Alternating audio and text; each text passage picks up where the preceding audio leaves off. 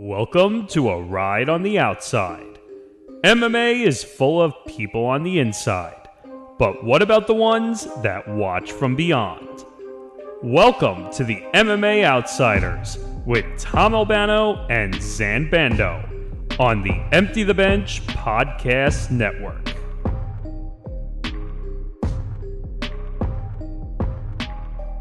Well, it's one of the biggest weeks in combat sports this year. It's Noche UFC 2 week. It's Canelo week. We've got a Bellator card coming up too. We had a Bellator and UFC, not completely head-to-head, but somewhat head-to-head for the first time in what feels like a while this past weekend. Zan, we're in the midst of things as we welcome you all to episode 98 of the MMA Outsiders. This is we're at that point, Zan, where it's going to be a wild ride to the end. Yeah, it's going to be a wild ride to the end for sure. And I guess this episode marks only 11 more UFC events heading into this weekend, which means we're heading into the final stretch. And then before you know it, October is going to be here with the major PFL events coming up with the PFL World Championships, as well as Bellator's remaining schedule, some major boxing events coming up. You just alluded to Canelo this weekend, as it's the first of I would say 4 major boxing fights in a 6-week span. So things are slowly but surely picking up again, and it's definitely good to see. And I'm excited to talk about all of it with you, as you know, the fall is normally the home stretch when it comes to combat sports, right when the NFL season gets underway. And speaking of the NFL season, as I just briefly alluded to, and speaking of the sports calendar, be sure to like and subscribe to the Empty the Bench Podcast Network. It would really help us out a lot, as we're slowly but surely approaching 1,000 subscribers. We keep hitting milestone marks every couple of weeks. We just passed the 860 mark fairly recently. So again, if you like this show, if you like my show, Bando's Breakdowns, if you like ETB Sports, if you like any of the shows on the network, and be sure to like and subscribe, hit the notification bell. It helps out the algorithm a ton, and it helps us produce more content just like this, as we're getting closer and closer to doing 100 episodes, which it's crazy that it's been that long, this being episode 98. So stay tuned for a lot more. Again, youtube.com/ETB Network. You can also check out all of the revolving NFL content that we have coming out here in the near future at etbpodcast.com. That's where you're going to get all the blogs and all the written analysis of all the major headlines that are going on in the world of sports, more specifically the NFL, as we just recently wrapped up week 1 of the NFL season, and it was a very successful week for the majority of our football forecast contributors. So stay tuned for that show, all the other shows, and all the written content, and so much more. And again, be sure to listen to the MMA Outsiders wherever your podcast, whether that's Apple Podcasts, Acast, Spotify, YouTube Premium, Amazon Podcasts, and so much more. Again, you can listen to the MMA Outsiders wherever your podcast. And again, if you are listening on the audio-only feed, be sure to do the inverse of that and move over to the video feed, and so much more. Tom, would you like to do the playback honors now? Yes. So, of course, the Empty the Bench Podcast Network, the MMA Outsiders, everything here at the network is presented by our friends over at Playback. Watching sports is more fun with others, but we spend too much of our time watching alone. Playback is a virtual space where communities can stream live sports together with everyone perfectly synced up. Creators can hop on stage, deliver their own play-by-play analysis and commentary, and invite viewers up for Q&A. Playback makes watching sports fully interactive and a social experience. From playing fantasy sports, ripping your favorite players and teams, and watching with the commentators and communities you care about. Win or lose, sports are best enjoyed together. Join our community by going to playback.tv/ETB Network to find out more, including our live stream schedule. NFL content has indeed come to Playback and the Empty the Bench Network. So Nick Morgeson, and I think it was Dan Shriver, our one of our editors behind the scenes, were on Sunday night for Sunday Night Football. There's Nick Morgeson and a couple others who are on just last night for Monday Night Football. And there will be a fight study this week with myself, Zan, and Pat. Time and day is still going to be worked out. We are aiming for a Thursday afternoon Eastern show, but the time and place will be finalized a little later in this week. So keep your eyes out on our social media accounts at MMA Outsiders ETB, at ETB Network, for a full official announcement about when the next fight study is going to be. And then there's a plan in place then that you and Grant, I assume, are going to do Sunday Night Football next week, considering Caleb Williams' next game is going to be on Sunday night. Yeah, so that's the tentative plan for now. So anyone who's been looking for me to do playback stuff moving forward, well, I have you covered at least for week 2. It's going to be the Bears traveling to Houston to take on the also 1-0 Texans, who took care of business against the Colts a couple of days ago. So if you're looking for my live reaction to my favorite team in Caleb Williams' first ever nationally televised game in the NFL, Playback is going to be your friend for that. And of course, you go to playback.tv/ETV network right now and join the community. It only takes 30 seconds. And when you hop on the stream, you can either chat with Grant or you can come on and talk to us for a little bit. Anything you can to interact with us on the Playback stream would be greatly appreciated, as you can watch the same feed in real time that we will be watching between the Bears and the Texans on NBC as part of Sunday Night Football. So it should be a lot of fun. And as Tom alluded to, fight study date and time to be determined. For those of you who don't know about that show, it's a relatively newer preview show that we started a couple pay-per-views back. But this time, because there's 2 title fights, we're going to dissect both of them, including both Alexa Grasso versus Valentina Shevchenko fights, as this weekend is the trilogy. So it should be a lot of fun.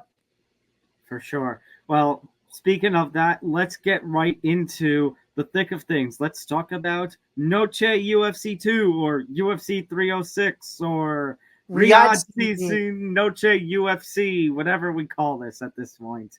Right. The pay-per-view with 5 different names. Right, which, by the way, the official rebrand, according to a relatively newer UFC press release that I got, they actually are rebranding this to Riyadh Noche UFC, but for traditionalism's sake, let's keep calling it UFC 306. The main event is Sean O'Malley versus Merab Dvalishvili for the UFC Bantamweight title.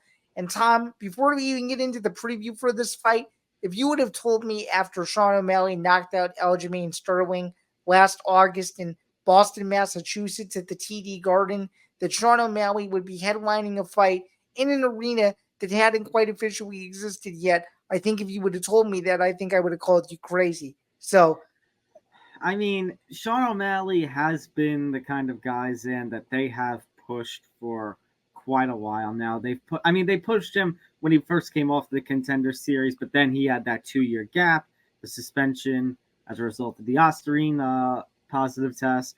Comes back in 2020. It looked like they got right back into action. But, I mean, Zan, we talked about it when we talked about his title defense at UFC 299 back in March. O'Malley is a superstar. His theme song, his walkout song, is quite fitting because he really has become a superstar in this sport. He has a following that very few fighters can have. And he has this personality that makes him kind of a one-of-a-kind individual. So to see him pull off that knockout as he did last year against Aljamain Sterling, which we might be watching on Fight Study this week, FYI.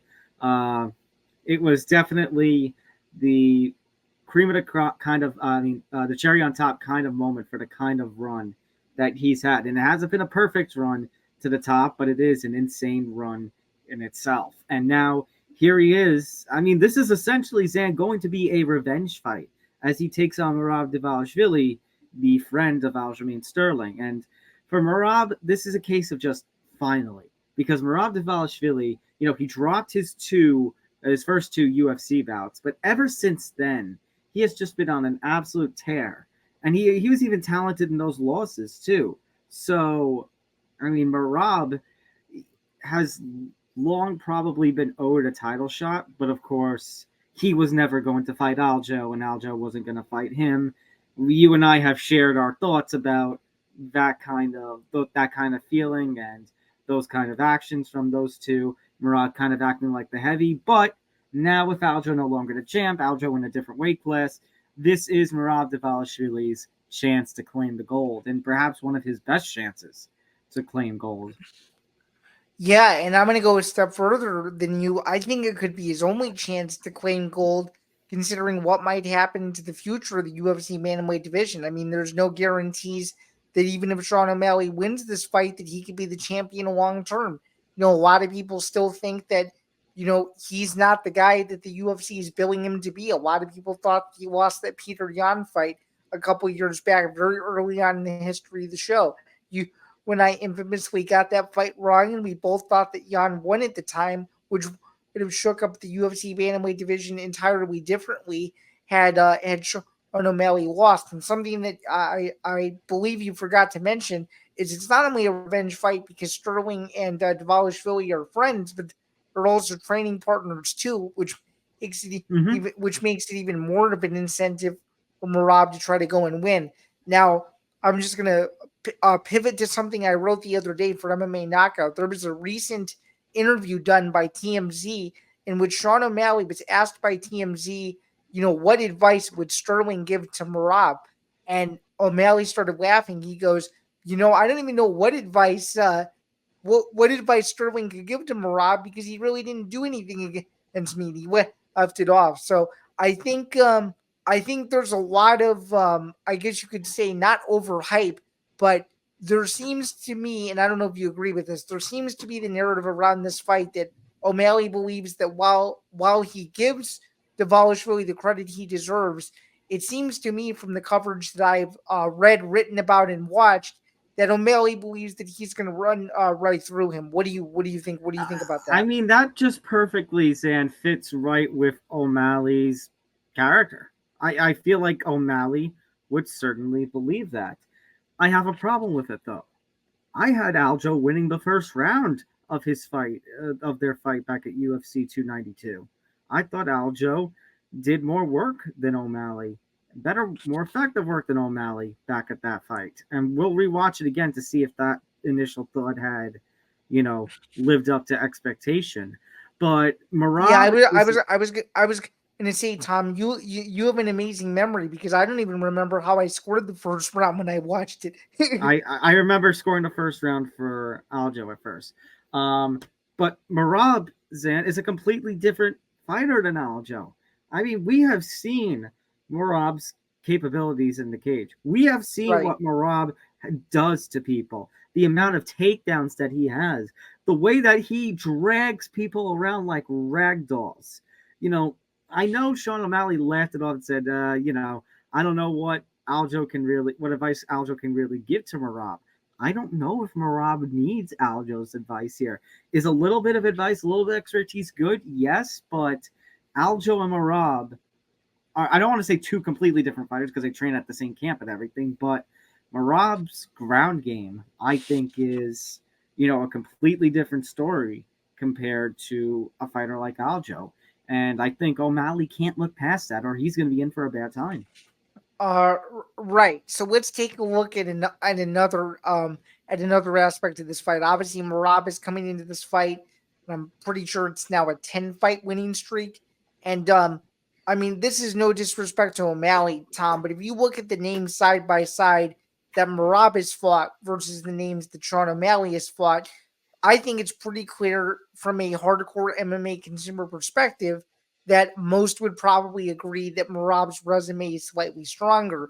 Where I feel the fight might take an interesting turn is Merab is not the most exciting fighter, number one, and number two, he's also a fighter that outside of the cage shoots himself in the foot. And what I'm referring to is the obvious cut that he posted to his Instagram a couple of weeks ago that had the entire MMA community freaking out, thinking that the fight was going to be postponed.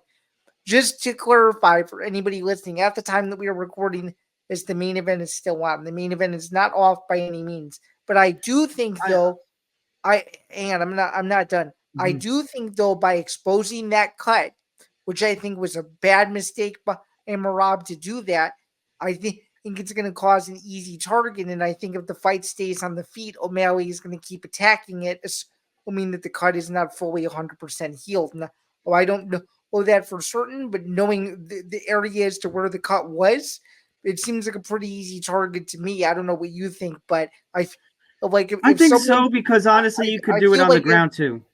right. I was just gonna say, I feel like if somebody publicly shares that, to me, it just seems like a very easy target. Is what I meant to say. No, Yeah. you're right. You're right. And I think that is going to play into what O'Malley's strategy is going to be. Use the jab, pull at that area where the cut was, try to reopen it and make it a really bad and a bloody night for Merab. Meanwhile, for Merab, as you kind of alluded to, it's just takedown, takedown, and takedown, and then try to control the action, prevent O'Malley from striking. Why I This to was gonna me, why I was gonna say too, takedown clinch, um, takedown clinch, knee elbow. I would say takedown clinch, knee elbow, knee and elbow. and starting off fast and not moving into orthodox and southpaw, because if you fight Sean O'Malley on the outside, you're gonna get knocked out. So Yeah. So, having said that, I mean, Zan, it sounds boring to say, but given the strategies and the advantages that these two are going to need and the targets they're going to have, this is going to be a striker versus grappler matchup.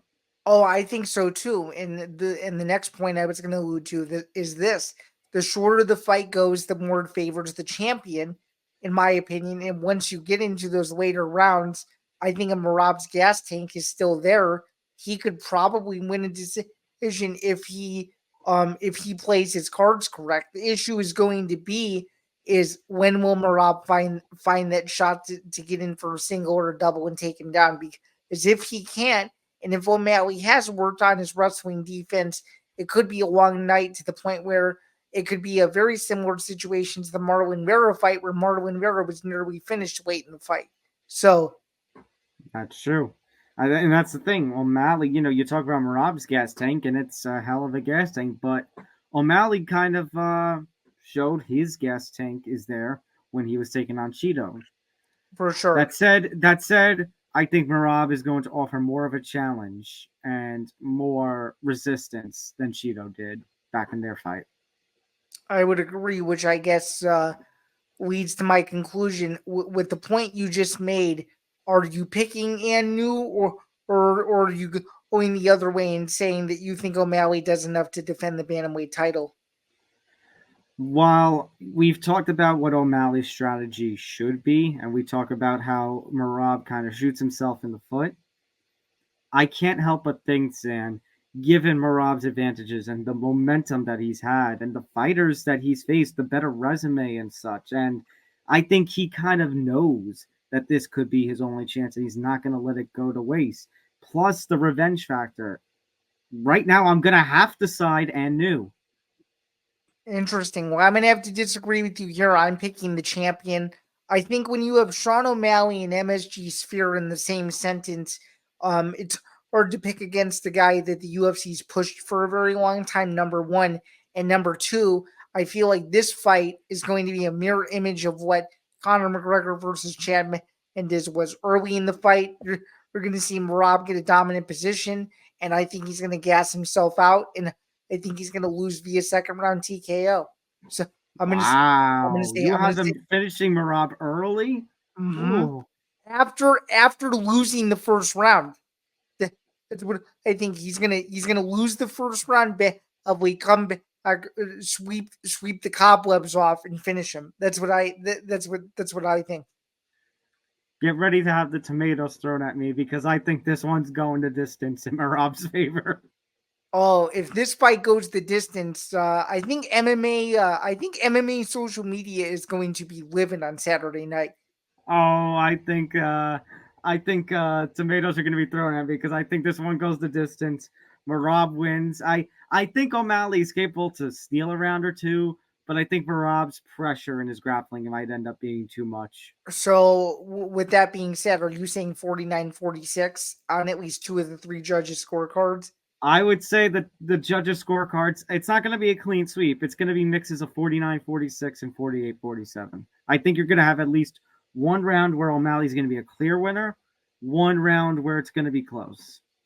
Okay, but you are picking Anu, so very, very interesting. I'm gonna lean on the side of Still for Sean O'Malley to complete his what would be his second successful UFC bantamweight title defense. Which, by the way, if Sean O'Malley gets through Merab Dvalishvili, he's looking at an entire list of bantamweight studs to where I don't know how much longer he's going to hold the belt.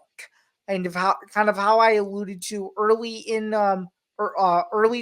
in this segment, I think the entire division is so stacked that if he gets through Merab, that's not going to be the end all be all for him moving up or anything like that. To me, he's one of those rare fighters to where, in my opinion, he still has more work to do, even if he does in this fight, to really solidify himself as one of the best bantamweights in the history of the promotion. But if Merab loses and it's a very close, controversial decision and the fight sells really well, do not be surprised if an immediate rematch does take place in early to mid 2025. So absolutely. Well, speaking of rematches, Zan, that brings us to the co-main event, a fight that the two of us have talked about for months ad nauseum, given we were doing Tough Enough. The trilogy fight between Alexa Grasso and Valentina Shevchenko, once and for all.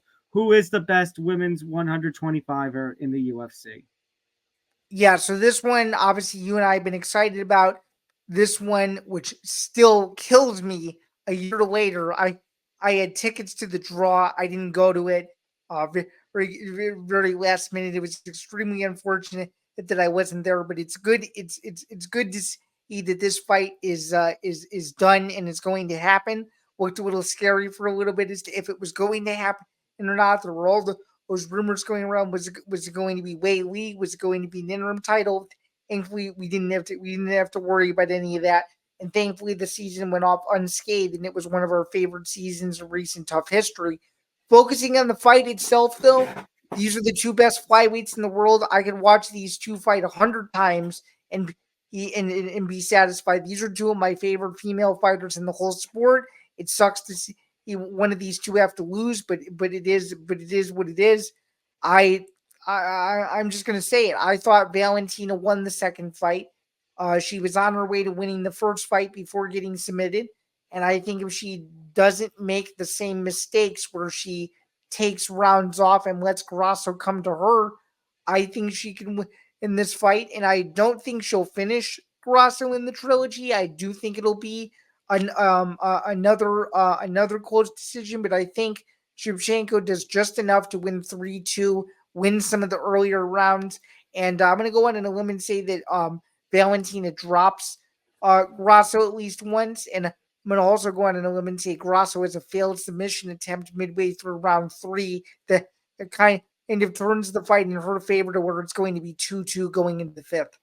So it's funny that you say that, Zan, about not about the submission, but about how you felt that Valentina won, and you think that Valentina won't make the same mistakes. And you kind of had a solid point about the first two fights. When you look at the progression of the first two fights, in the first fight, Valentina was doing well, and then she got caught. And you know what? That's going to happen, unfortunately. She was doing well, but her hand does not get raised, and she clearly lost that fight. And Zan, these things happen in MMA. Exactly right. Sometimes these things happen. Second fight, a lot closer. I thought a draw was a fair decision. I thought if you thought that Valentina won was fair as well. So she actually performed better in that fight. I mean, it's weird to say that she performed better in that fight, but given that she got finished the first time around, she did perform better, but so too did Grasso. That being said, I guarantee you Shevchenko has seen the footage from those two fights, and I agree. She will be damned if she lets any Grasso opportunities up for her to get into the fight. I think Shevchenko is going to work her striking, keep her distance, use her range. I think that Shevchenko is going to, when she gets opportunities to clinch, she's going to make the most of them. She will throw knees. She will prevent Grasso's offense. I don't want to say that Grasso is going to do bad, but this, Zan, kind of mirrors, given we talk about modern, queens of this sport and modern female champions of the sport. Valentina is one of them. Right. Valentina is one of them, and so too was a familiar foe to Valentina in Amanda Nunes. her upset loss to Juliana Pena. And then what happened in that rematch? Nunes came back and dominated Pena. I could see a scenario where after these two fights and all this drama and all this tough season that Shevchenko has a fire lit under her, knowing this is her last chance to get back her flyweight title, and she comes through with a fairly thorough victory by decision in this one. I agree. I don't think Shevchenko finishes Grasso, but I go double and new, and once again, Valentina Shevchenko becomes a two-time women's flyweight champion in the UFC. Right. So just a few notes on this fight before we move on. This is courtesy of the UFC. So shout out to everyone in their PR team for sending this to me and everybody else on the list. Here are a few notes regarding the co-main event. So looking at Alexa Grasso, as we just alluded to, she's the UFC flyweight champion. She's the number one UFC women's pound-for-pound fighter in the world, the first female champion from Mexico, a 6-fight unbeaten streak, unbeaten at flyweight since 2020, and holds notable wins over Shevchenko, of Vianney Ujo, and current contender Macy Barber. So that's very exciting. Valentina Shevchenko has been a mainstay of the UFC female scene for a long time. Former UFC flyweight champion, most consecutive title defenses ever in a UFC women's division with 7. The number 1 ranked UFC flyweight contender, number 3 UFC women's pound-for-pound fighter in the world. 8 wins by knockout and 7 by submission. Notable wins include Andrade, formerly A1 Jukagi, and you want a champion. And so nothing to sweat at in terms of two resumes. They're almost mirror images of each other. This trilogy needed to happen at some point, and I'm very, very glad it's happening now. I'm going to go on a limb and say this. It's being built as the biggest fight in UFC women's flyweight history. I think it will live up to the billing, and I think it has the chance to be the women's MMA fight of the year. When all said and done, I think it's going to be that close, that competitive. This has been a good series. I'm excited to see it wrap up on Saturday, but I think these two are going to go in and over deliver. And given that the Sphere is the star of the show, and given Alexa Grasso's Mexican roots, this is going to be a fight that I think nobody will ever forget. And I think it's going to be a fight where everybody will remember where they were, whether they were in the arena or watching at home. I think it will live up to the billing in every sense of the word, in my opinion. So, very fair. I mean, those are the two big fights, Dan, but obviously the other, as Dana likes to say, the star of the show for Saturday is also going to be the Sphere itself. So, I mean, just to give a few notes, Dan, about just how big this card is going to be and what they're trying to deliver for this card. Obviously, it's going to be the first live sporting event to take place in Las Vegas. More notes here from UFC PR. Of course, Dana has talked about this being the love letter to Mexico. And just to clarify something that you said, it's going to be the first professional sporting event at the Sphere. The UFC has obviously been home in Vegas for a long time. The uniqueness of it is that it's going to be the first sporting event in the Sphere. Yeah. The first sporting event, first combat sports event in the Sphere. Obviously, Riyadh Season being the sponsor. The UFC is going to have, as I was saying, it's going to be, I think, a 6-chapter kind of a video of sorts, little 90-second or so clips, telling pretty much the different periods of Mexican history and its influence on the Mexican identity in the world of combat sports. Yep. Yeah, and that's going to take place during the main card. So it's going to be between fights to where they're going to show one act. The fighters will walk out. The fight will happen, and then the next act will begin with the next fight. That's how that'll work. I'm curious to see how they're going to handle this production-wise, given all the breaks for sponsorships and all the breaks for all the different stuff the UFC has and promoting the next future cards and such. I'm curious to see how they're going to implement all of that, especially given the uniqueness of what the Sphere can provide. Yeah, and what I think is the most unique thing about it is at the time that we're recording this, there are no unique pictures of what this is going to look like in the Sphere. That's why they want everybody to tune in to see what it's actually to look like. Because you've heard comments from the likes of like John Anik and such talking about how jaw-dropping it is, and you hear about Dana White talking about the amount of money that they have put into this Sphere card. So over 20 million. Yeah. So hopefully it lives up to all the billing and it lives up to all the hype and for everything that they have spent on it.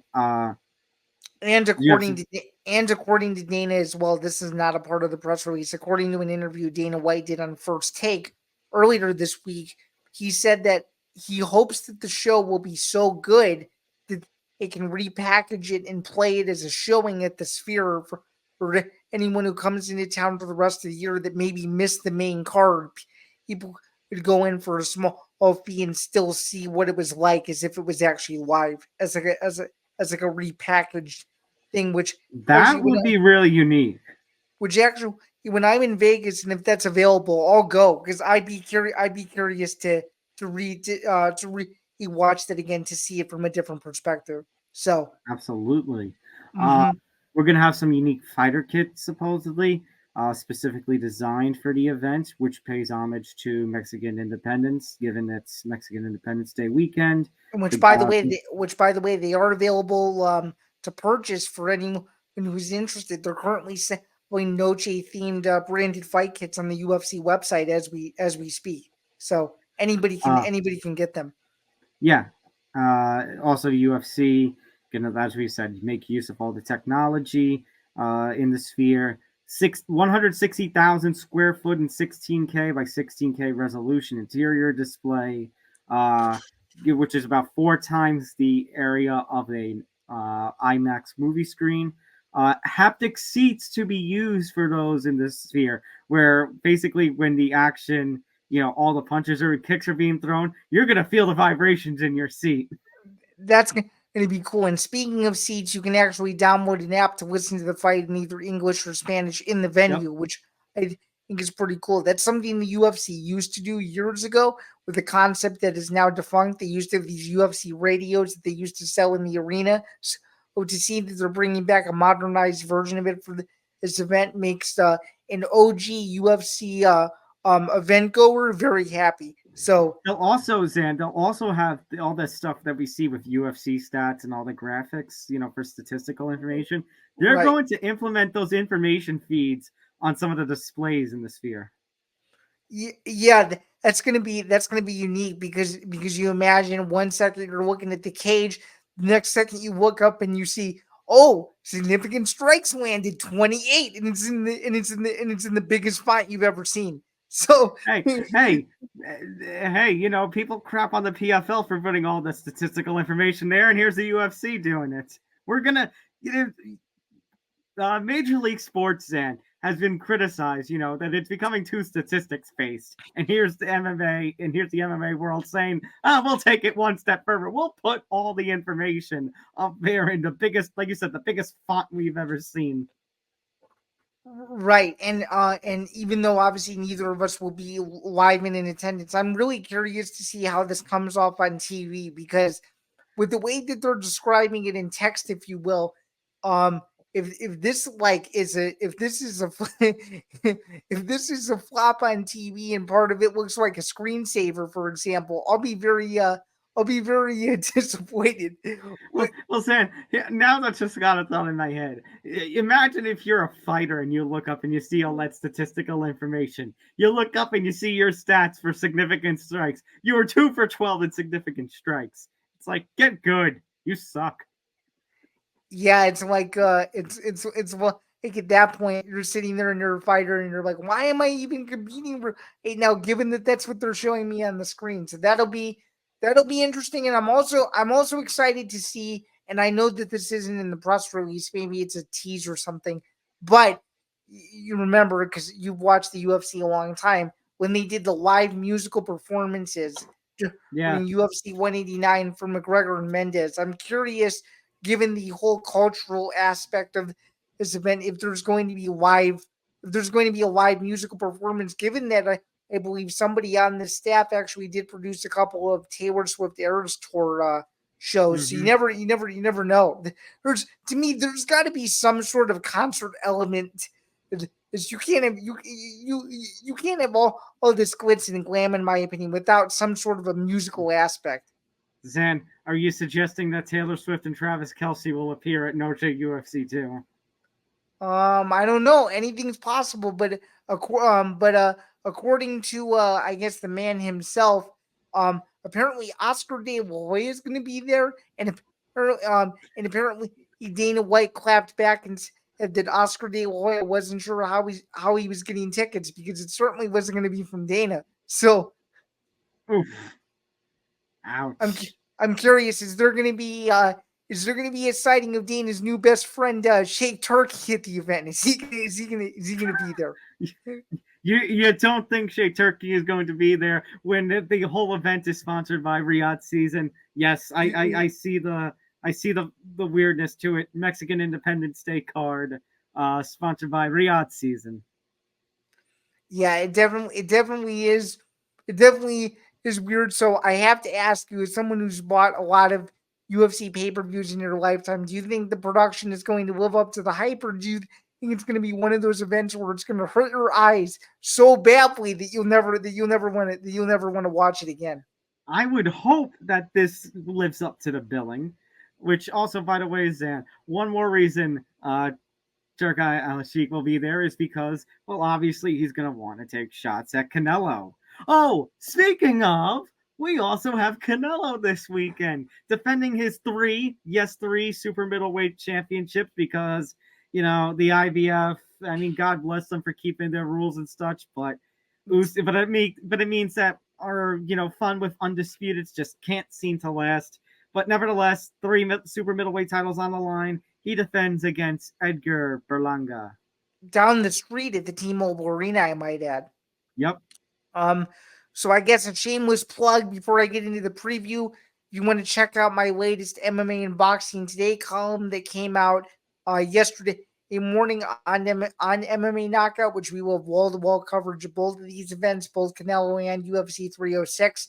I broke down what was the better value in several aspects, including what the significance of this fight truly means, and also ticket prices, which, by the way, at the time that we're recording this, you could still get into this fight at a relatively affordable price. The cheapest ticket on the market at the moment is for $405, all the way up to $4,000. Just to compare that to the UFC, the cheapest ticket for UFC is a little over $700, with the most expensive ticket being around $4,000. So, if you want to save money and you're in Vegas, boxing might be the better value considering that UFC is all the hype. So speaking of boxing, I mean, let's be real. We're purists here at the end of the day. At the end of the day, we're not biased towards any of this stuff. Let's be real honest here. Outside of any of the MGM crap aside, September 14th,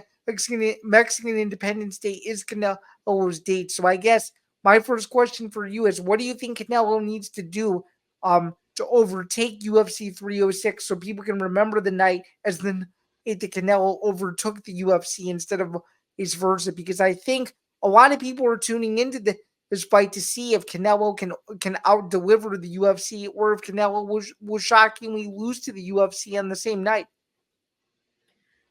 I mean, Zain, if you look at the two cards side by side, obviously we have our criticism about the UFC. People will have their criticism about, it's not being actually headlined by a Mexican fighter. You could talk about the limited number of Mexican fighters on the card, but I still think the undercard for UFC is better than the undercard for Canelo. I do too, because the fighters on that undercard are marketed compared to the ones that PBC has. And this is no disrespect to the guys in the co-main event. That's a solid fight too. But when you have the marketing machine like the UFC, I think more people are going to push towards it. But you can sell a Canelo fight on its own, which is essentially what PBC is doing. And I think you're still going to do pretty well. And I understand that Edgar Berlanga, he's from your neck of the woods. He's a young fighter. He's undefeated. He's looking to shock the world. Would it be unbelievable and one of the biggest upsets in recent boxing history if he's able to do it? Absolutely. But this is I think that this is Canelo's party, and people are just going to it. What do you think? Yeah, you're right. Edgar is from my neck of the woods, but I mean, come on. You look at the two resumes. You could say Canelo's slowing down or whatever, but I don't think it's he is, Tom. That's the thing. I actually think he's getting better in every fight, and I'm one of the few people that actually thought he beat Bivol when they fought a couple of years ago. I thought he won. I got my point, Zan, is that look, I get people wanting to give Edgar a chance, but this is not a contest, and this is going to be a clear Canelo victory. I just think, Zan, going back to Alashik's comments about Canelo, these two have had their share of words the last few weeks about Canelo and Alashik potentially doing business, and Alashik making accusations against Canelo, saying that Canelo takes basically the easiest fights. Yeah, well, to counter Sheik, I don't fully believe him because number one, Tom, we're obviously not professional fighters, but number one, if the money isn't right, you're going to make the smarter play, and if him and David Benavidez couldn't come to a deal, to me, when it comes to contractual negotiations, I think if he and Benavidez couldn't come to a deal, that's no fault of anybody's own except that the timing wasn't right. Simply put, the timing for Canelo versus Benavidez simply isn't right now. And to be honest with you, I don't think if I'm just going to be honest here too, if it was Canelo versus Benavidez happening this weekend, I don't think the UFC would want to risk it, and I don't even think they would be on the state anyway. They realize that because Canelo is fighting an unknown, they can essentially go up against him and be okay because nobody knows who Edgar Berlanga is. The only person's fault that lies on is the PBC. If they actually had pushed Edgar Berlanga the last few years to make it a bigger fight, people would care about it. So, Zen, uh, I Zen, are so you going on an anti-PBC rant? Should we call up our old friend Rick Glazer? I essentially am. And speaking of Rick Glazer, he is highly encouraging people to buy the DAZN feed over the Amazon Prime feed because he thinks that Jeff Bezos has not done enough for the sport of boxing, which I wholeheartedly agree with. So he's I not he's mean, not he's not wrong there. So Zen, yeah, the first year of PBC on Amazon is probably one of the biggest epic fails I've seen in combat sports. I think so too. Cutting to the chase, though, I like Canelo here. Berlanga just doesn't have the same resume that Canelo does. They're really non-comparable, and that's not even Edgar Berlanga's fault. It's just the scenario that he's in.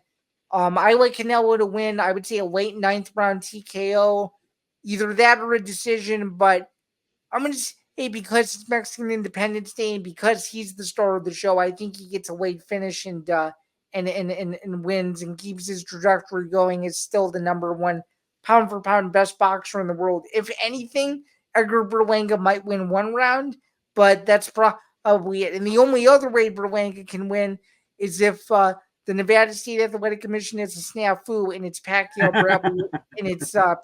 Bradley won all over again. But I don't think that's going to happen. So Yeah, no, I'm going to agree, Zan. I could honestly see this one going to decision because Berlanga is tough, but I'll go with you and say, I would say, I don't know about late, but definitely that third quarter fight, round 7 to 9 range. I see Canelo getting the finish there.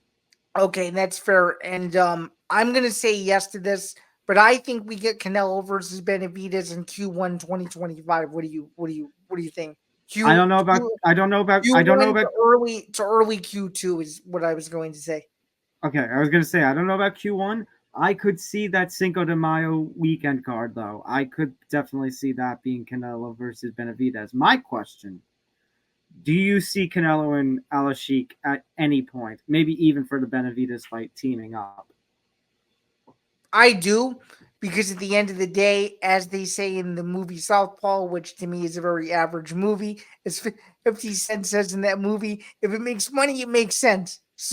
I think, so I think at the end of the day, once cooler heads prevail, or are you gonna? No, Zan, it's actually a complaint. We have a complaint to our show from Dana White. because he heard you say the word pound for pound, and Canelo, he's like, you do not use the term pound for pound unless John Jones is in there. Of course, because there has to be one John Jones reference every show. There it was at around the 45-minute mark. So Hey, did you know that John Jones is the best pound for pound fighter in the world? I did, and based on activity, in my opinion, at this very moment in time, I don't think he is. So, is he the best pound for pound fighter of all time? Though 1,000%, absolutely. There's no debate there. But right now, no. that it's just Dana glazing over him again. I know.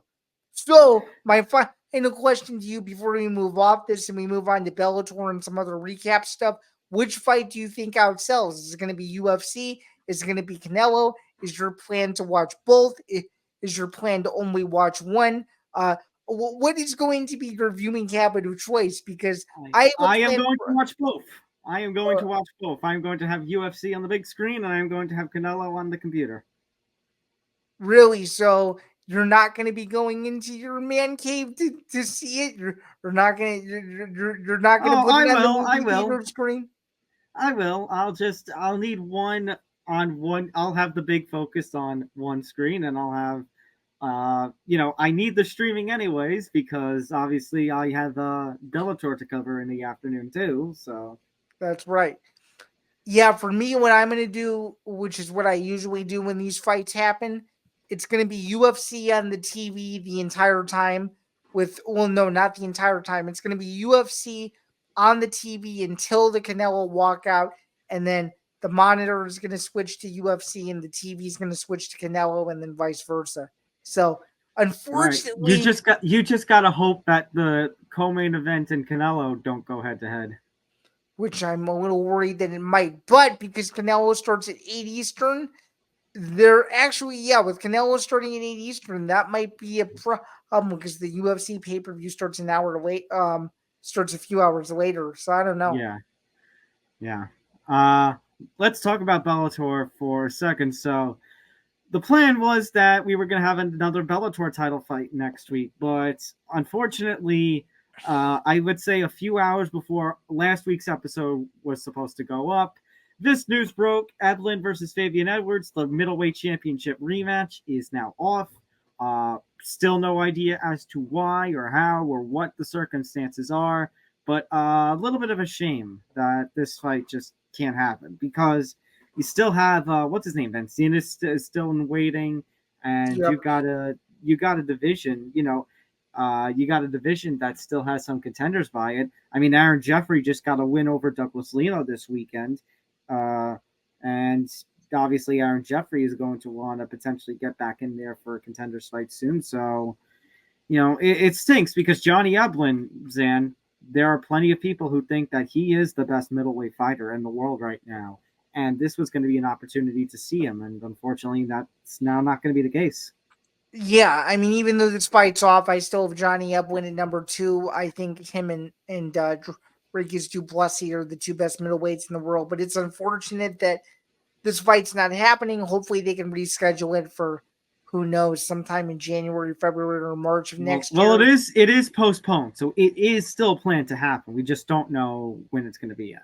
Right. The only disappointing thing, though, is, and you know this better than most people, is we can't even really call this the Bellator Champion Series anymore because there's no title fight in the main event. That's the unfortunate part. The number one contenders fight is still there and will be promoted to main event. It's going to be the 5-0 Sarah Collins taking on Leah McCourt. Now, I mean, Collins, she's coming off, she fought Pam Sorensen. I think she fought Sinead Kavanaugh most recently. Leah McCourt's definitely faced Sinead Kavanaugh and a bunch of other familiar names. Look, I know Sarah Collins has, what is she, 5-0 right now, I said. But I think Leah McCourt has just taken on too many experienced veterans for Collins to be able to handle. I'm just going to go easy and say McCourt by decision. Yeah, I'm going to say McCourt too, just based on experience and I don't know. I just think it's one of those fights where she can win wherever the fight goes, but I think it'll go. I think it'll go to decision. I think she'll win 2 out of the 3 rounds. Collins will, I think, hurt her early in round 1, but it's not going to be enough to secure a finish. And I think McCord's wrestling will make the difference, and she might even get a late stoppage depending on how the fight goes. So That's very fair. I think, and I mean, hopefully the fight is good, considering that the card is taking a bit of a hit in terms of the quality of it. I know it will, just considering the backdrop of where the fight is. I'm sure a lot of people are interested in the fight who are locals from England and Ireland and whatnot. But it's going to be very interesting to see how the fight plays out. So yeah, never discount an English or Irish MMA crowd at all. You know what they can do to the atmosphere of a show. right. My question is going to be, though, I mean, whoever comes out on top there, are they going to face Chris Cyborg? Because obviously Chris Cyborg is going to be taking on Larissa Pacheco during the October Battle of the Giants pay-per-view. So obviously Cyborg will be available after that, but obviously she's got to take time off, go through training camp and such. You know, just if whoever wins this fight, when are we actually going to see that title fight is going to be the question. Well, I guess my counter question to you is, does Chris Cyborg even have to fight the winner of this fight, considering that her legacy is already set in stone? He could retire after the Pacheco fight and nobody would even bat an eye about it. So, which is fair too. Those are the questions that are going to be worth seeing. So the winner obviously is going to be number one contender, and good for her, but it'll be interesting to see what happens in the I personally think it's more likely that the winner of this fight fights Pacheco rather than Cyborg, regardless of the outcome of Cyborg Pacheco, in my opinion. But you don't mean for a vacant Bellator championship. They're not going to have Larissa go to Bellator, are they? I don't know. It'll be interesting unless they find another star to which they feel they could build around, because I'm sure that they're probably wishing that they still had Kayla Harris, and because then you would have a good problem to have. But now that they no longer have her, it's going to be very interesting. And this whole crossover thing is definitely a unique part of it. So I don't know. All I know, and as you just alluded to, all I know is that the winner of this fight is going to be set up for some sort of championship fight moving forward. It's just going to be a matter of who it's going to be against. So, yeah. But I do think the best matchup possible from a revenge standpoint story would be McCord versus Cyborg, and I'm sure you could probably agree with that to a certain extent. Yeah, completely agree. Let's talk about a couple of headlines in the news. And all three of them are retirement related, and all three of them are very different in their retirement, retirement angles. First of all, the legend himself, Demetrious Mighty Mouse Johnson. We talk about goats, Zain. This man is a goat, announcing his retirement following a career that saw him hold the UFC Flyweight Championship and run over that division for 6 years, breaking the record for most consecutive successful title defenses in UFC history, going over to one championship, that infamous trade with Ben Askren, win the one Flyweight Grand Prix, get finished for the only time in his MMA career, and then get revenge on Adriano Moraes and win the one Flyweight title, and then successfully retain it in a trilogy fight last year. I mean, Zain, what can you say about Mighty Mouse? Because, I mean, I remember, Zain, it was about 12, 13, 14 or so years ago, think late WEC era, early UFC era, when they were starting to introduce more of those lighter weight classes like bantamweight, like flyweight, where Mighty Mouse really grabbed my attention. And Mighty Mouse just seemed to be next level. And I was, I watched UFC 152 live as it happened, saw Mighty Mouse win the inaugural flyweight championship, and obviously it was a very controversial decision over Joseph Benavidez at the time. But I don't think, Zain, many of us were ready for what Mighty Mouse had in store. He had such an aura to him, the way he performed, the way he was able to move, and just be such an all-around athlete in that cage. It was just unbelievable, some of those performances. I mean, you think about the flying armbar of Ray Borg, or the last second rear naked choke submission. I think he was either a last second rear naked choke or a last second armbar against Horiguchi. Horiguchi, yeah, the Horiguchi Yep. submission.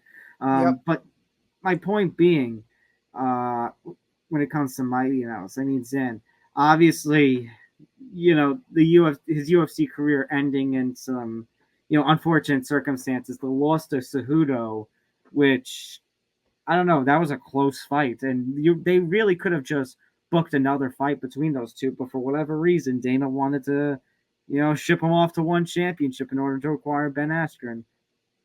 Yeah, I mean, whenever I think about Demetrious Johnson, I only think about positive moments, and I don't mean to paint someone's retirement on myself, but I believe that I was at the single greatest flyweight title fight in UFC history, which is Demetrious Johnson versus John Dodson 1, and that's one that I'll never forget, just because those two were like at the height of their careers at that point, and it was such a stylistically unique matchup because Dotson had such an unorthodox style, and Mighty Mouse at the time had been running through everybody. So that's a big moment that stands out to me is watching Johnson and Dotson embrace for the first time at the end of the fight, being just feet away from the cage was really really cool. And then watching his run as UFC flyweight champion was just breathtaking. And what I think is the most unfortunate thing, and which is something that revisionist history uh, will decide to repaint in the wrong way, in my opinion, is that simply put, even though Dana White likes to say whatever he wants to, and this better than most I think people. I know the direction where you're going with this. Because did you see the interview John Morgan had with Dana? I did. I wasn't quite done yet. Okay. So with me saying all this though, all I was kind of getting at was if he was promoted properly, like every other major superstar has been in the past 15 years, I think people would be looking at Demetrious Johnson in a different light. Now people look at him as someone who blazed his own trail, went to one championship, started a very, very prominent podcast and Twitch channel, and is now doing other things to give back to the sport instead of being known as, in my opinion, the greatest flyweight in the history of MMA, which I think is, quite frankly, the wrong way to paint him, because any other person that watched Demetrious Johnson knows that He is. they've never seen a flyweight who will ever be better than him ever. So that's He is the flyweight goat. I think he is one of. I mean, drop the flyweight. He is one of the greatest that this sport has ever seen. I think he's top 3 all time. That's what I think. I think we talk about the John Joneses and the George St. Pierres and the Khabibs. You gotta put Demetrious Johnson up there as well. I think he's at least 3 or 4. What do you think? I think he's 3 probably, just because of what he did in the UFC, that dominant run that he had, and when he lost the championship, it wasn't even in a bad performance. And then, like you mentioned, goes over to one championship, makes a path of his own, ends up accomplishing as much as he can in one championship, given the circumstances of one championship's promotion and what's going on with their treatment of MMA over there. I mean, Zain, I think I understand what why the UFC wanted Ben Askren. I understand that if it's not for Ben Askren, maybe Jorge Masvidal's rise in 2019 doesn't happen and such, but it really feels like to me that like you were going with, the UFC really fumbled the bag with Mighty Mouse, including that trade. Yeah, I think so too. And to add even more to that, to hear Dana say that that he would like to induct Demetrious into the Hall of Fame is a good start. But to say that he never had any issues with him is just totally preposterous. Is because everybody knows that he had issues with him on the way out. There was that whole failed negotiation with trying to get him and TJ Dillashaw booked. There was the threatening of closing the flyweight division if Dillashaw and Cejudo didn't go a certain way. Like there were there were instances where it looked like the flyweight division was going to go away. And how could we not mention or finish this conversation with the fact that his own Ultimate Fighter season was barely promoted? So yeah, His whole Ultimate Fighter season, they got all those flyweights champions around the world just to find a challenger to face him. I mean, that was such a novel concept, and I loved it. But of course, didn't really get all that promotion. I get maybe flyweight isn't the biggest seller, but again, it all boils down to promotion, and they weren't. I feel like there just could have been more. And Zen, I mean, you're talking about closing the flyweight division.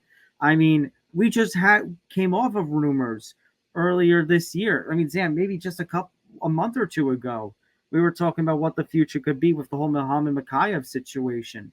And then all that rumors being sparked once again of potentially closing the flyweight division. Dana has never been a fan of flyweight. And so for Dana to go up to John Morgan and say, "Oh, I've been Demetrious Johnson's biggest defender."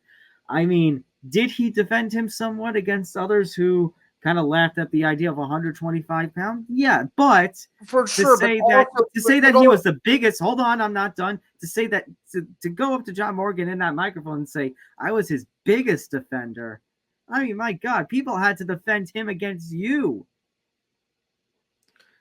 Right, and to even remotely add to that, near the back half of Demetrious Johnson's tenure, they put him on Fox cards and they didn't put him on pay-per-views because they didn't think he could sell well. So that's partially the fault of the promotion, considering that they built him as the best flyweight in the world, and they didn't use their resources to elevate him to the next level.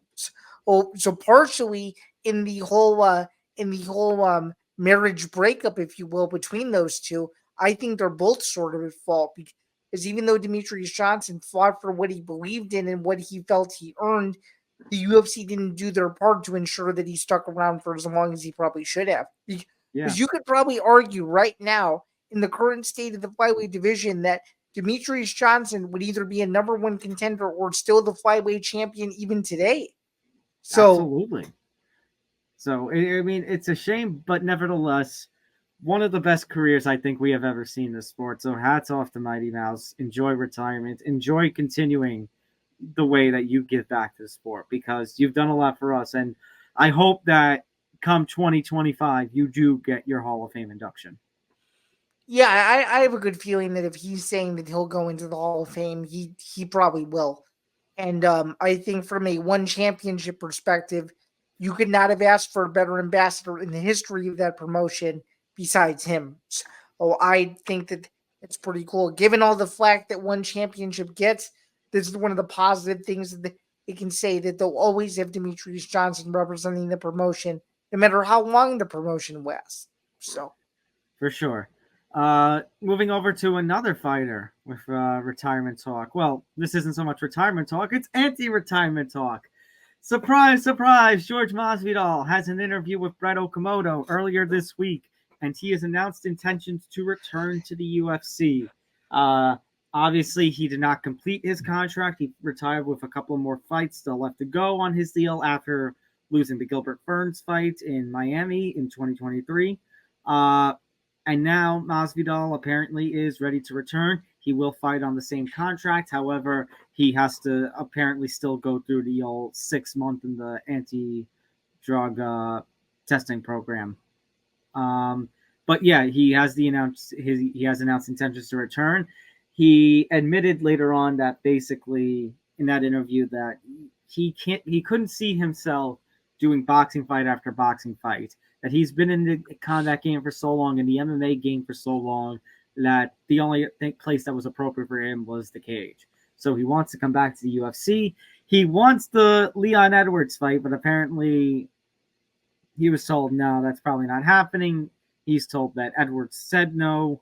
I mean, Zan, look. Would it be cool to see Masvidal make one more walk to the cage? I mean, I guess. But at the same time, he ended on the losing streak that he ended on. Already dealing with one fighter that, that is beloved by people, who is now on the record longest losing streak in UFC history. We really don't need that. And Masvidal saying, oh, but the money is there for the fight between myself and Leon. Yeah, the money was there. In 2019, when you guys first had the incident. In 2020, when you both were in the contenders rankings for the welterweight championship. in 21 and even 22 when you had just lost your title shots and Leon Edwards is still a step or two away from the title shot. Yeah, it was in those years. Money was there for the fight. So I don't know if, I mean, obviously I buy all the UFC pay-per-views, but I don't know if I'm as excited for Masvidal Edwards in 2025 than I would be in 2020. It just, no. No, I don't think so either. And just considering that Leon Edwards had lost, has just recently lost his welterweight title after being on the long winning streak that he was on, I don't think that's the guy you fight either. And if that fight was going to happen, that fight was going to happen years ago, even pre-COVID. And now I think it's too late. If let's say had Masvidal maybe beat Nate Diaz in boxing, or had Masvidal won his last UFC fight before leaving the organization, maybe I'd feel a little differently. But the losing streak he's currently on, no, I don't think so. I guess it's good in a sense that he wants to come back because he knows that he's still a fan favorite. But given all the other business ventures he has, it's like, what's even the remote point? But obviously, we're not inside his head, and he feels that he's still a major draw. And who knows? I don't know. All I know is that if he does come back, I think it would just be to sell tickets. And actually, the fight that it maybe makes sense for him if this McGregor Chandler thing falls apart is probably McGregor himself. So I don't know. I agree, but you know what Dana has felt about McGregor Masvidal. You know what he feels. Well, he doesn't want McGregor. And he thinks Masvidal is too big for him. That's right. That's why. That's what I'm referring to. That he doesn't want to do it because he doesn't like the size difference between the two. And honestly, Zain, if Masvidal does come back, you know what he's going to be used for those last two fights, right? Of course. He's going to be used as fodder to get, guys who are just there at the doorstep of top contender status to get them over. Guys like Ian Gary and such. Right, which, by the way, I think Ian Gary versus Jorge Masvidal, people might actually pay for. Probably. Because the press conference would be stuff of, let's just say, amazing proportions, if you will. I was going to say, there's going to be a lot of this. Yeah. So, one other fighter, speaking of fighters in Florida, Dustin Poirier. So, obviously, still has one fight left on the deal, and it appears that he has made a decision that he is going to fight that last fight out. Yeah, I mean, as someone who's interviewed him twice now this year alone, which is crazy to think about that I've interviewed someone at stature on two separate occasions in the span of a couple months. It's good to see that Dustin Poirier's made up his mind. He reassured to me, for those of you who haven't seen the recent interview with he and I, that he was not retired at the time. So it's good to see that he hasn't gone back on that. And I think there's a lot of fun fights for him, either at 170 or 155. And he's still one of the best fighters in the world, in those lighter divisions. I'd be open to seeing him fight really anyone. He's fought all the best fighters in the division to this point.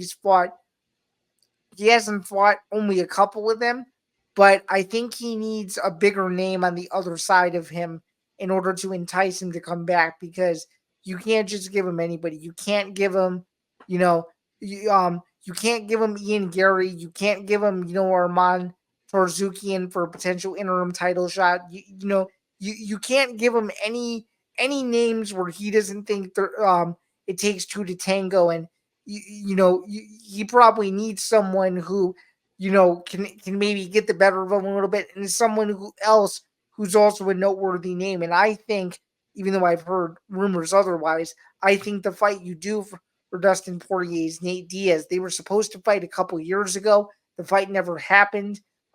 Nate Diaz has intended that he wants to come back to the UFC at some point. They're both at similar stages of their careers, and it's a fight that was supposed to happen that never did, and it's a fight that I think people would greatly enjoy. So that's the fight that honestly I'd like to see if they can get a fight done before the end of the year. I think that's the fight to make. What do you think? I would like to see Poirier Diaz. I just don't know if they're going to be able to work something out with Nate. I mean, obviously Nate has talked about wanting to go back to the UFC too, but Nate is, what it's like dealing with a Diaz or dealing with a McGregor.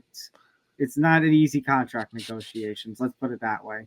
No, it certainly isn't. But given it's September and given December's a couple months away, hopefully we'll get a Poirier fight announcement within the next month or so. We'll see. Honestly, I would be good to see Dustin Poirier also, maybe not this year because he's fighting in a couple months, but maybe early 2025 if Max Holloway loses, you could throw those two in there again, and I don't think people would be too disappointed. So Not at all. That would be amazing to see. All right, quickly recaps because we're running over time. Usman Nurmagomedov, your man, retaining his Bellator lightweight title. Clear decision over Alex Shabili, like we talked about. Not to say that Alex isn't talented. It was a fun fight, but Usman Nurmagomedov just simply was all around better. Clear decision win for him. And we even got to see Khabib in the corner nearly choke out Umar. Yeah, that was definitely funny, and the Nurmagomedov family stays goated. They're still undefeated, and there's really not much more you could say. They're arguably the greatest MMA family, or one of them at least of all time. And to see Usman do what he's done at only 26 years old is just crazy. I've said it since the day I took the picture with him. I can't wait to see him in potentially another organization, because if he goes over to the UFC at some point later in his career, I think he's going to be a problem at 155. He's going to be a problem no matter what. But as soon as he becomes potentially the greatest Bellator lightweight of all time in the next couple of years, I could see a move to the UFC that I think would shake up the division in a huge way. What do you think? Yeah, no, he's definitely the top lightweight in Bellator at this point. He's probably, Zain, honestly, if you compare him and the PFL lightweight roster of those two organizations merged together, he's probably the best lightweight of the both organizations.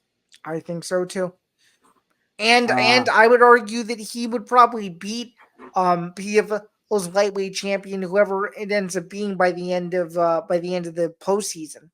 Going over to the co-main event, Lorenz Larkin getting a first-round finish of Levon Chokecki. Zain, this was it goes back to what we talked about last week. Lorenz Larkin is 37 years old.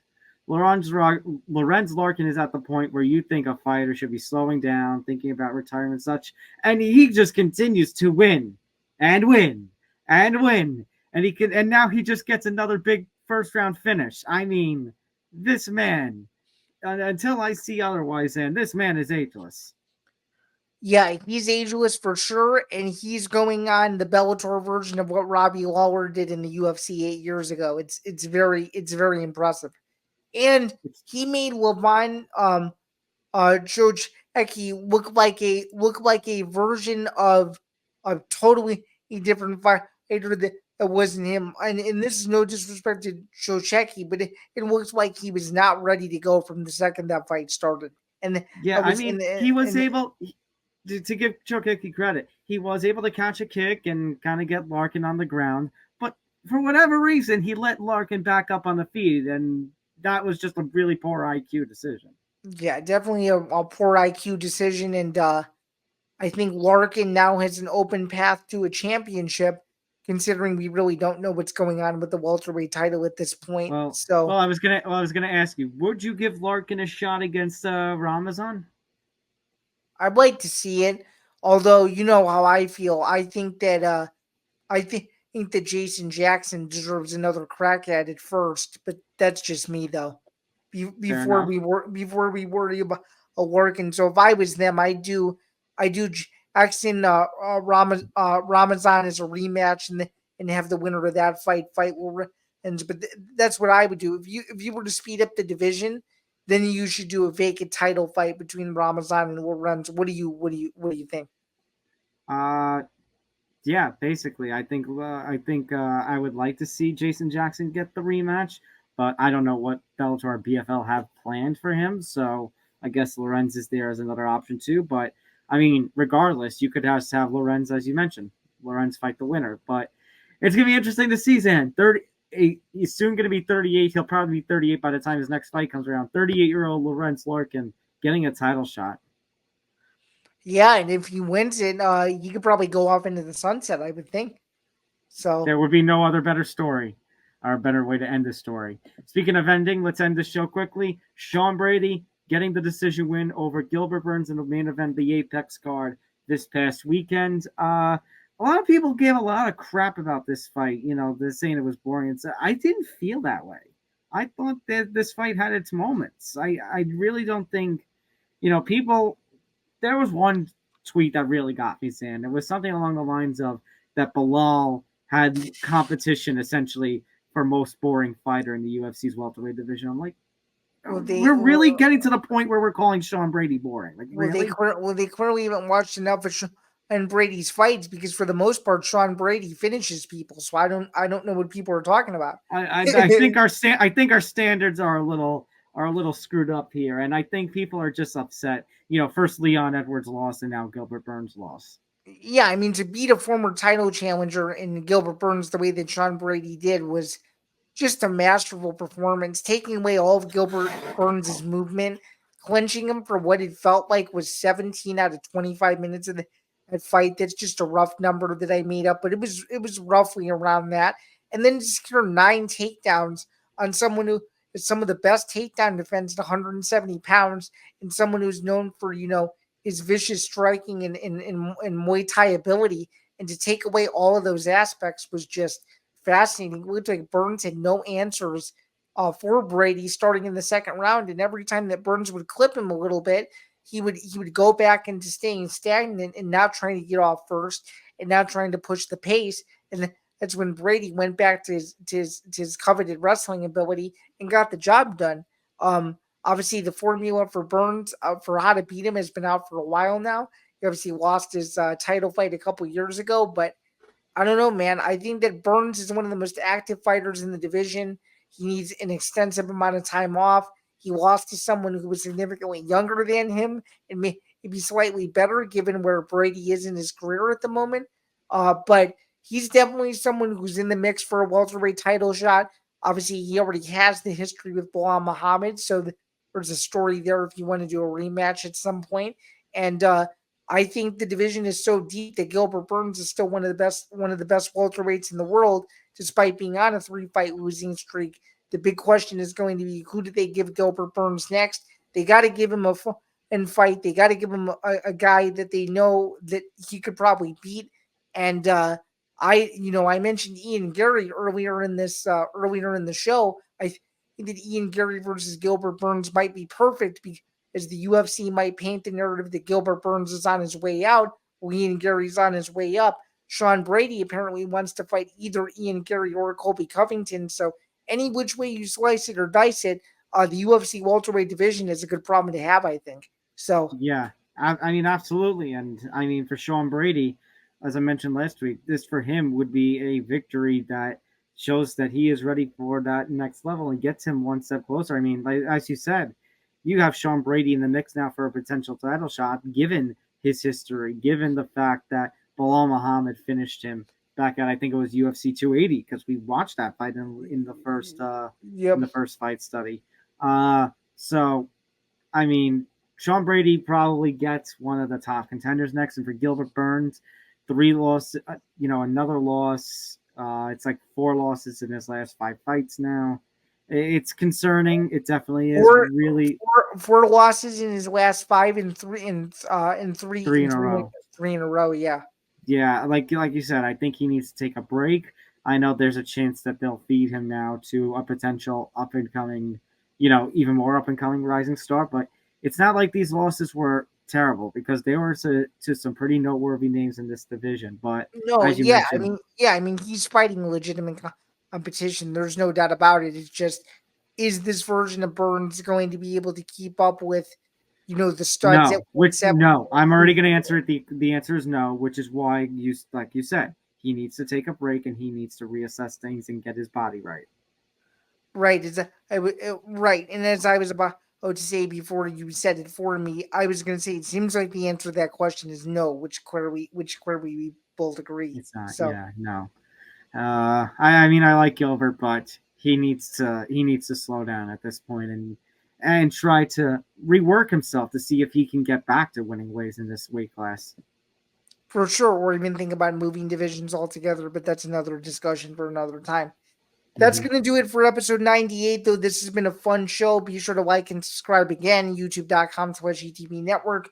We greatly appreciate it if you hit like, if you hit subscribe, and if you hit the notification bell, you won't miss anything that's going on the network, as week 1 of the NFL season just wrapped up a couple days ago, and we're already moving into week 2 coverage and such and so much more with Football Forecast, my show, and obviously this show that's just wrapping up. So stay tuned for all of the stuff that's coming up on the network. It is going to be a fantastic weekend of fights. Again, UFC 306 on Saturday, as well as Canelo Berlanga just down the street. And T-Mobile Arena is going to be a fun show. Before we get out of here, be sure to just remember that MMA Outsiders and every other show on the network is presented by Playback. We can't thank them enough for their support, and I pretty much think that's going to do it for today. This has definitely been a fun show. I'm excited for episode 99, where we will come back. We will recap UFC 306. We will preview Anthony Joshua versus Daniel Dubois and any other news and notes and headlines around the combat sports spectrum. But until then, I'm Zan. He's Tom. Have a great rest of the week, and we will see you all next week, where by then it'll be the middle of September somehow, some way. I can't believe it. So, all right. Take care, everybody. Take care.